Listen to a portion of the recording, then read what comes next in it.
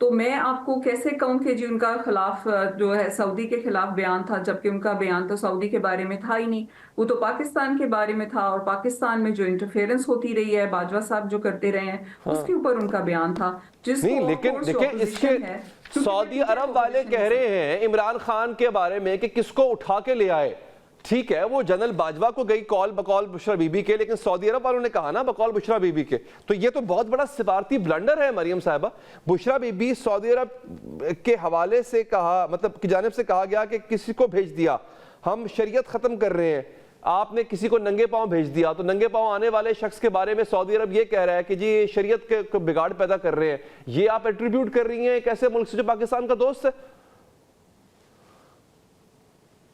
نہیں انہوں نے یہ نہیں کہا کہ انہوں نے یہ نہیں کہا کہ شریعت ختم کرنے کے لیے کہاں پہ آ رہے ہیں. اور انہوں نے کس نے کہا کہ سعودی عرب نے کال کیا؟ انہوں نے تو یہ نہیں کہا کہ جو کال تھی وہ سعودی عرب سے تھی. یہیں تو سب لوگ اس کو ٹویسٹ کر رہے ہیں. کب کہا بی بی نے کہ سعودی عرب سے کال آ رہی تھی؟ انہوں نے کہا کہ ہم جب سعودی عرب گئے تھے، جب وہ لوگ گئے تھے اور خان صاحب جب ننگے پاؤں وہاں مدینہ کے شہر میں چلے تھے، تو اس کے بعد باجوہ کو کال آئی. باجوہ کو کال اب باجوہ صاحب کو سسر صاحب سے آئی جو کہ بہت انفلوئنشل تھے باجوہ صاحب سے، وہ باجوہ صاحب بتا سکتے ہیں، لیکن باجوہ صاحب کو کال آئی.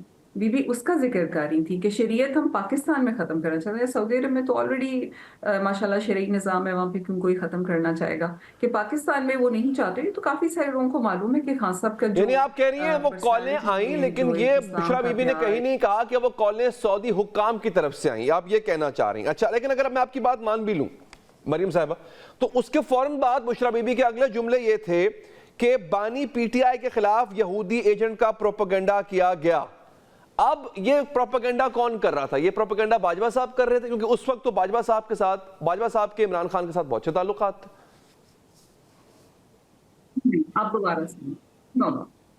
نہیں آپ دوبارہ سنیں، آپ سٹیٹمنٹ دوبارہ سنیں. آپ دیکھیں مجھے پتا ہے نا.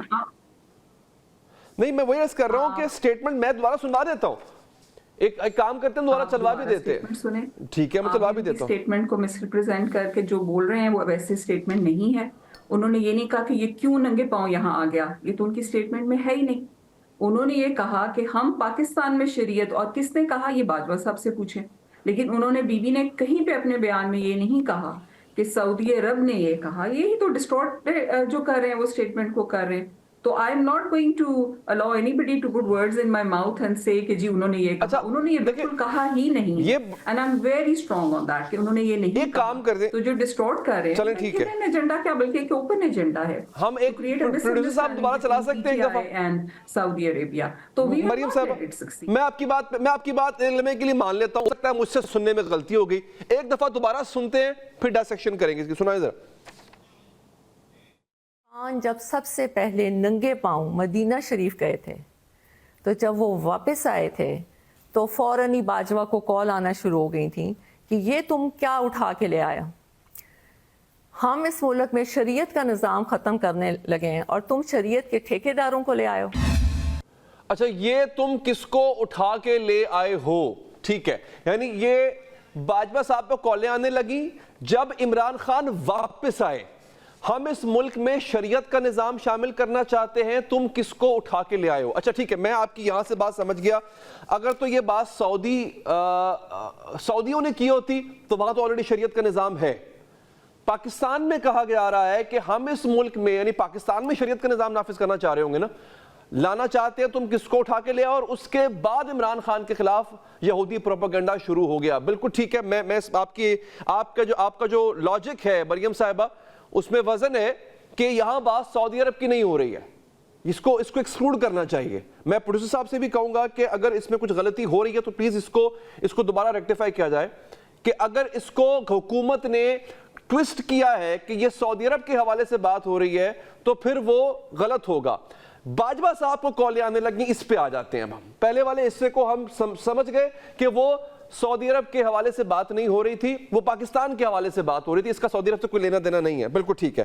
اب مجھے یہ بتائیے کہ علیمہ خان اور بشرا بی بی اس وقت جب آپ کو متحد ہونے کی سب سے زیادہ ضرورت ہے، گھر کے دو افراد میں چپکلش شروع ہو گئی ہے، یہ کیا ہے؟ آپ کو کس نے کہا کہ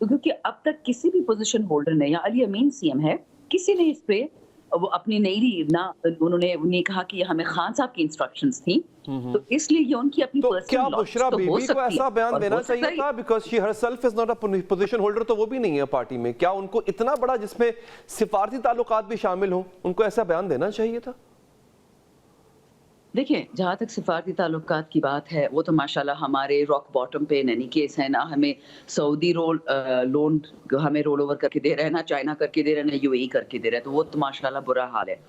اب ان کا جو کہنا تھا کل ان کے بیان میں کہ جی میرے حجاب پہ یا میرے پردے پہ جنرل باجوہ کو اب آبجیکشن تھا یا کسی اور کو آبجیکشن تھا, یہ بات تو میں نے آج سے سال پہلے کہی تھی کہ جو اصلی چیز تھی, جو اصلی ایشو جو مجھے پتا ہے, جو میرے پاس ثبوت کے ساتھ مجھے پتا ہے, کہ خان صاحب نے ایک دفعہ لا الہ الا اللہ یو این میں بول گئے تھے, اور اس پہ بہت لوگ ناراض ہو گئے تھے, لیکن وہ پرائم منسٹر تھے پاکستان کے, تو ان کی بات پہ تو ناراضگی سمجھ آتی ہے.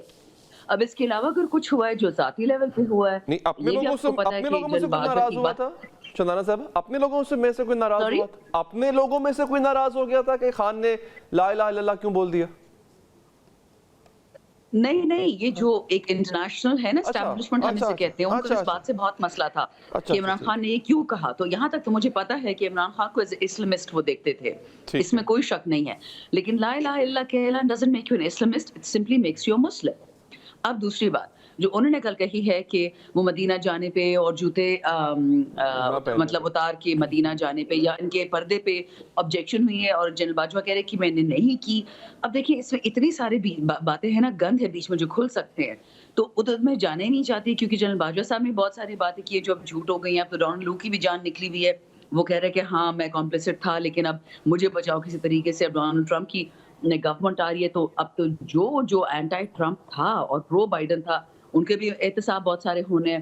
سو آئی تھنک میکسیمم جو اس کو دیکھا جا سکتا ہے کہ جو خاتون 1 سال جیل میں بے گناہ رہی ہے, یہ ان کی اپنی فرسٹریشن ہے, جو باتیں بتا رہی ہیں جو ان کی نالج میں ہیں اور وہ لوگوں سے شیئر کر رہی ہیں. بٹ یہ کہنا کہ پی ٹی آئی کا موقف ہے, جب تک پارلیمانی پارٹی میں ہمارے پاس ان بلیک اینڈ وائٹ نہیں آئے گا, یہ باتیں بشرا بی بی فرسٹریشن میں کر رہی ہیں آ کے.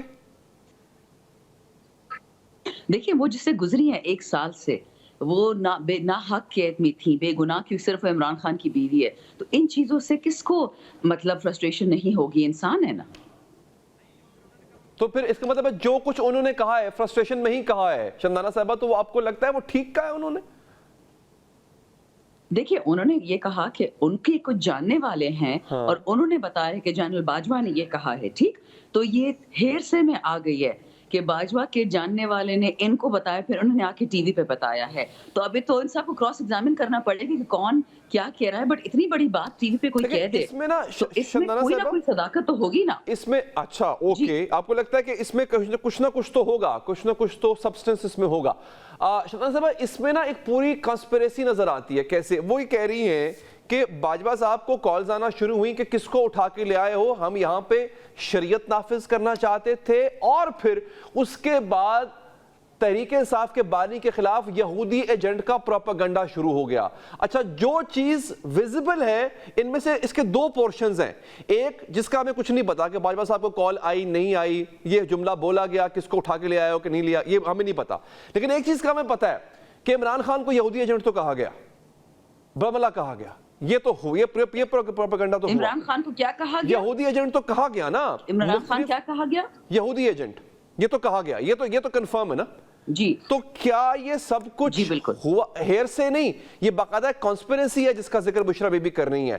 Was this conspiracy hatched? Was the party aware of it at that time that he was being propagated as a Yehudi agent?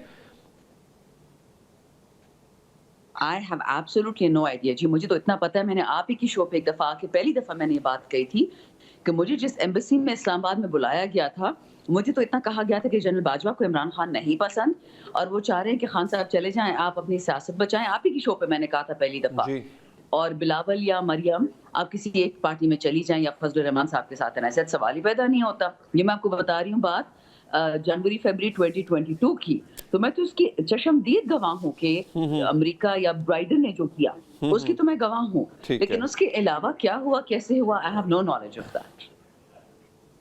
ٹھیک ہے شندانہ صاحبہ، میں انتہائی مشکور ہوں کہ آپ نے ہمارے پروگرام کے لیے وقت نکالا، آپ کا بہت بہت شکریہ۔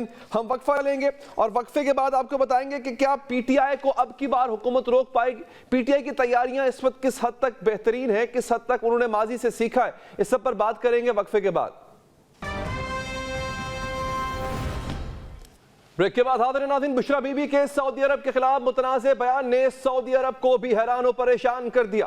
صحافی نصرت جاوید کی خبر کے مطابق بشرا بی بی کی ویڈیو سامنے آنے کے بعد سعودی سفارت کی حکام بیان کو تسلیم کرنے کو تیار نہیں تھے اور ان کو خدشہ تھا کہ یہ ویڈیو آرٹیفیشل انٹیلیجنس سے تیار شدہ ہو سکتی ہے۔ تاہم ویڈیو کی تحقیقات کے بعد سعودی حکام بھی حیران رہ گئے۔ سوال یہ ہے کہ سعودی عرب کی گلیوں میں ننگے پاؤں چل کر سعودی ولیعہد کی گاڑی خود ڈرائیو کر کے تعلقات کی ابتدا کرنے والے بانی تحریک انصاف اور خود کو سعودی عرب میں پاکستان کا سفیر کہنے والے محمد بن سلمان کے درمیان دوریاں کیسے پیدا ہوئیں؟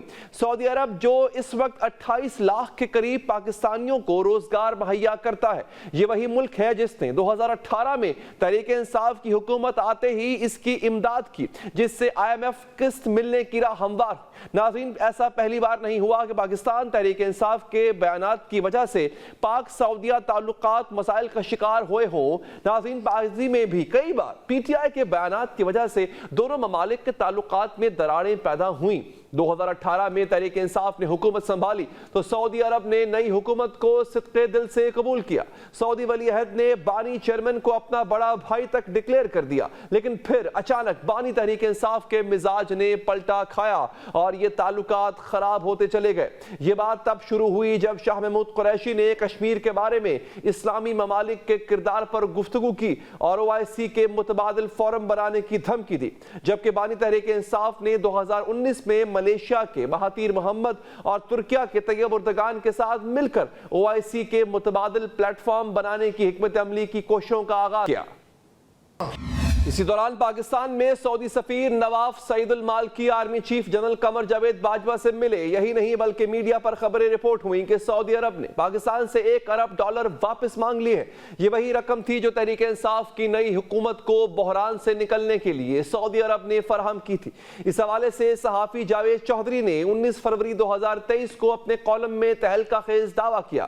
جاوید چودھری کے مطابق 2019 کے وسط میں وزیر خارجہ شاہ محمود قریشی نے بڑے اسلامی ممالک کے وزیر خارجہ کے کان میں سرگوشی کر دی کہ ہم ملیشیا کے ساتھ مل کر OIC کا متبادل بنا رہے ہیں۔ اس وزیر خارجہ نے یہ بات سعودی عرب کو بتا دی اور یہاں سے تعلقات میں پہلی دراڑ آئی۔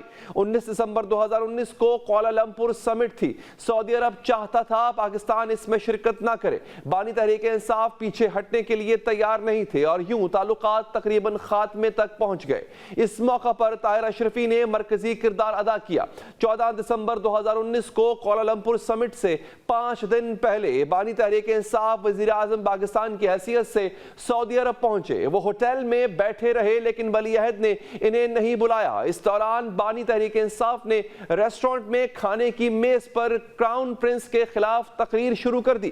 ان کا کہنا تھا کہ میں نے اگر ان سے پیسے نہ لینے ہوتے تو میں ڈیش ڈیش ڈیش کر دیتا۔ یہ گفتگو بھی سعودی حکام تک پہنچ گئی۔ بعد ازاں جنرل باجوہ کی مداخلت پر ملاقات ممکن ہوئی۔ وزیر اعظم نے واپسی پر کابینہ کے اجلاس میں کراؤن پرنس کے رویے کو ناشائستہ اور پاکستان کی توہین قرار دے دیا اور پھر انہیں 10-12 منٹ پنجابی میں برا بھلا کہتے رہے۔ یہ گفتگو وزراء نے سعودی سفیر تک پہنچا دی۔ حافظ طاہر اشرفی کو ایک بار پھر درمیان میں ڈالا گیا اور انہوں نے بڑی مشکل سے یہ مسئلہ بھی حل کیا۔ اسی طرح 21 جنوری 2020 کو ورلڈ اکنامک فورم کی میٹنگ میں بانی تحریک انصاف نے ساری بات طیب اردگان کو بتا دی اور طیب اردگان نے یہ راز میڈیا ٹاک میں پوری دنیا تک پہنچا دیا اور یوں سرد مہری برف میں تبدیل ہو گئی۔ جاوید چودھری کے مطابق عمران خان نے سعودیز کو مزید چھڑانے کے لیے اپریل 2020 میں پاکستان میں ارطغرل ڈرامہ بھی شروع کرا دیا، جبکہ سعودی عرب نے بھی جواباً بھارتی آرمی چیف کو دورے کی دعوت دے ڈالی۔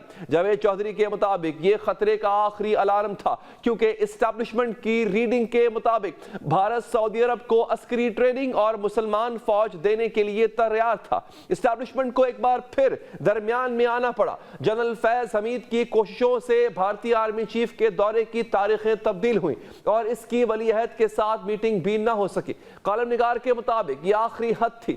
پاکستان اور سعودی عرب تعلقات کا دھاگا ٹوٹ رہا تھا۔ اسے بچانے کے لیے آرمی چیف اور D G I S I کو بے تحاشا کام کرنا پڑا۔ اسی دوران ایک وقت ایسا بھی آیا جب آرمی چیف نے سعودی عرب کے ڈیپٹی ڈیفنس منسٹر کو کہا کہ اگر ہم پر سارے دروازے بند بھی کر دیں گے تو بھی ہم باہر بیٹھ جائیں گے، کیونکہ آپ بیت اللہ اور روضہ رسول صلی اللہ علیہ وآلہ وسلم کے محافظ ہیں۔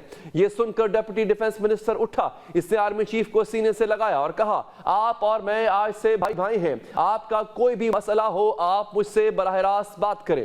ایک طرف سعودی عرب کو منانے کی کوششیں جاری تھیں اور دوسری جانب 3 مارچ 2021 کو جب ٹیلی ویژن پر یوسف رضا گیلانی کے جیتنے اور حکومتی امیدوار حفیظ شیخ کے ہارنے کی خبر چل رہی تھی، عین اسی وقت عمران خان نے اپنے دفتر میں 4 لوگوں کے سامنے کہہ دیا کیا تختہ سعودی عرب کا تختہ یا ڈیش ڈیش ڈیش جو بھی کہا جا رہا ہے الٹا نہیں جا سکتا۔ وزیر اعظم کے سامنے ایک ایسا شخص بھی بیٹھا تھا جو تعلقات کی بحالی کی خوشخبری سنانے آیا تھا، وہ یہ سن کر حیران رہ گیا۔ وہ اٹھا، سیدھا GHQ گیا اور آرمی چیف سے کہا سر مجھے نکالیں، میں خواہ مارا جاؤں گا۔ اسے تسلی دی گئی اور کہا گیا آپ یہ کام ملک کے لیے کر رہے ہیں، کسی ایک شخص کے لیے نہیں۔ 2021 کے رمضان میں کراؤن پرنس کی طرف سے رابطے کا پیغام لے کر طاہر اشرفی بانی تحریک انصاف کے پاس گئے۔ انہوں نے بڑی نخوت سے کہا چھوڑو یار وہ مجھے کہاں فون کرے گا۔ وزیر اعظم کو بتایا گیا فون آئے گا لیکن آپ نے پلیز ایران، یمن، عالم اسلام اور ریاست مدینہ کی بات نہیں کرنی، آپ صرف 2 برادر ملکوں کے درمیان تعلقات تک محدود رہیں۔ یہ ہدایات وزیر اعظم کے اسٹاف کو بھی دی گئی۔ انہیں کہا گیا وزیر اعظم اس کے علاوہ ایک لفظ نہیں بولیں گے۔ تعلقات کا دھاگا بڑی مشکل سے جڑا تھا اور ریاست وزیر اعظم کی ذرا سی بے احتیاطی بھی افورڈ نہیں کر سکتی تھی۔ جاوید چودھری کی انہی باتوں کی تصدیق ان واقعات کے عینی شاہد ڈاکٹر طاہر اشرفی بھی کر چکے۔ ناظرین، طاہر اشرفی کی گفتگو اور جاوید چودھری کے کالم کے علاوہ کئی مواقع پر مقتدر حلقوں نے بانی تحریک انصاف اور پی ٹی آئی کی وجہ سے خراب ہوتے تعلقات کو بچانے کے لیے اپنا کردار ادا کیا۔ وہ سعودی ولی عہد کی جانب سے تحفے میں دی گئی گھڑی کی فروخت ہو یا بانی تحریک انصاف کی جانب سے سعودی ولی عہد کے سامنے سفارتی آداب کے برخلاف بیٹھنے کا معاملہ۔ اکتوبر 2019 میں جنرل اسمبلی اجلاس میں شرکت کے لیے بانی تحریک انصاف سعودی عرب سے نیو یارک سعودی ولی عہد کے طیارے پر گئے، لیکن واپسی پر طیارے کی خرابی کی وجہ سے بانی تحریک انصاف کو متبادل انتظام کرنا پڑا۔ لیکن اس حوالے سے فرائیڈے ٹائمز میں سینئر صحافی نجم سیٹھی نے اداریہ لکھا جس میں دعویٰ کیا گیا کہ سعودی ولی عہد محمد بن سلمان عمران خان کی نیو یارک میں مصروفیات اور سفارتکاری کے بعض پہلوؤں سے اتنے ناراض ہوئے کہ انہوں نے اپنے نجی طیارے کو پاکستانی وفد کے لیے واپس بلانے کا حکم دیا۔ صحافی کے مطابق وہ شاید اس بات سے خوش نہیں تھے کہ عمران خان، طیب اردوان اور مہاتیر محمد مل کر اسلامی بلاک کی نمائندگی کریں گے اور نہ ہی ایران کے ساتھ پاکستان کی بات چیت سے جو ان کی منظوری کے بغیر ہوئی۔ بشرا بی بی کے بیان سے بانی تحریک انصاف اور محمد بن سلمان کے تعلقات کی گرتی ہوئی دیوار کو ایک اور دھکا لگ چکا ہے۔ ناظرین، ایک وقفہ لیں گے، وقفے کے بعد حاضر ہوں گے۔ بریک کے بعد حاضر ناظرین، اسلام آباد ہائی کورٹ کے حکم کے باوجود تحریک انصاف نے واضح کر دیا ہے کہ 24 نومبر کا احتجاج فائنل ہے اور اسلام آباد مارچ اور دھرنے کے حوالے سے اپنے فیصلے پر عمل کیا جائے گا۔ اسلام آباد ہائی کورٹ نے ایک روز پہلے حکم دیا تھا کہ پبلک آرڈر 2024 دھرنے، احتجاج اور ریلی وغیرہ کی اجازت کے لیے مروجہ قانون ہے۔ اسلام آباد انتظامیہ قانون کے خلاف کسی دھرنے، ریلی یا احتجاج کی اجازت نہ دے۔ وزیر داخلہ یہ پیغام پی ٹی آئی لیڈرشپ تک بھی پہنچائیں۔ 24 کا جو ہے وہ فائنل ہے۔ یہ پابندی لگانا کہ اسلام آباد میں پی ٹی آئی نہیں داخل ہونے دی جائے گی، یہ سرکاری ملازم یہ بات کریں، ان کو میں مشورہ دینا چاہتا ہوں کہ اپنی نوکری کرو بھائی۔ خان صاحب نے یہ آج کہا کہ اگر آپ رہا کرتے ہیں تو ہمارا جو پیسفل ایجنڈا ہے وہ بالکل برقرار رہے گا اور کسی قسم کا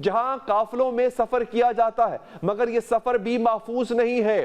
ایک سڑک، ایک چھوٹا سا علاقہ کنٹرول نہیں ہو رہا، نہ بارڈر محفوظ ہیں، نہ ہی سڑکیں، نہ پولیس چیک پوسٹ محفوظ، نہ فوجی اور نہ ہی ایف سی۔ بس دو چیزیں محفوظ ہیں، احتجاج کیسے کرنا ہے، احتجاج کیسے روکنا ہے۔ نہ کسی کے مال و جان کو محفوظ رکھا گیا، نہ کسی کی آبرو کو۔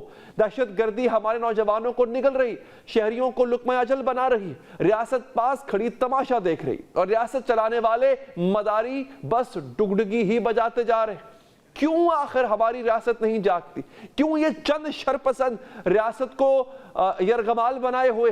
ریاست کا بس عام عوام پہ ضرور چلتا ہے۔ جب سیاست بچانی ہوتی ہے، جب سیاست کرنی ہوتی ہے تو اپنے مخالفین کے گھروں میں پولیس پھلانگ کے چلی جاتی ہے، وہ نہ چادر کا لحاظ کرتے ہیں نہ چار دیواری کا لحاظ کرتے ہیں۔ لیکن ریاست تب کہاں جاتی ہے جب ان کا سامنا دہشت گردوں سے ہوتا ہے۔ میں یہ نہیں کہہ رہا کہ ہماری سیکیورٹی فورسز نے دہشت گردوں کا مقابلہ نہیں کیا، ہماری سیکیورٹی فورسز نے جانیں دی ہیں، لیکن کیوں تمام کے تمام ریسورسز اپنے سیاسی مخالفین کو کچلنے پر لگائے جاتے ہیں؟ کیوں نہیں وہ تمام وسائل، وہ ریسورسز ایسے عناصر کو کچلنے کے لیے استعمال کیے جاتے جو بلا تفریق، بلا کسی امتیاز کے، چاہے اس کا تعلق کسی بھی فرقے، ذات پات، کسی بھی قومیت سے کیوں نہ ہو، وہ گولیوں سے بھون ڈالتی ہے۔ اب ایک شیرخوار بچے کا کیا قصور تھا؟ کیا اس بچے نے طے کر لیا تھا کہ اس کا تعلق کس سیاسی جماعت سے ہے؟ کیا اس بچے کے ماتھے پہ لکھا تھا کہ وہ کس فرقے کا ہے؟ کیا وہ اس بچے کے اوپر کوئی تختی لگی تھی کہ اس کا تعلق کس قومیت سے ہے؟ لیکن اس کو بھی مارا گیا۔ مارنے والے کو نہیں پتا وہ کیوں مار رہا ہے، مارنے جانے والے کو نہیں پتا کہ اس کو کس جرم کی سزا مل رہی ہے۔ لیکن ریاست کہاں ہے؟ کیا ریاست کا حق نہیں بنتا کہ وہ سب سے پہلے ان لوگوں کو ترجیح دے، ان لوگوں کے زخم پر مرہم رکھے، اور یہ اس بات کو یقینی بنائے کہ آئندہ کے بعد کوئی بھی شخص کسی بھی نام پر، کسی بھی آئیڈیالوجی کے بلبوتے پر معصوموں کا خون نہیں بہائے۔ اس کے ساتھ ہی اب تک کے لیے اتنا ہی، مجھے دیجیے اجازت، اللہ نے کے بعد۔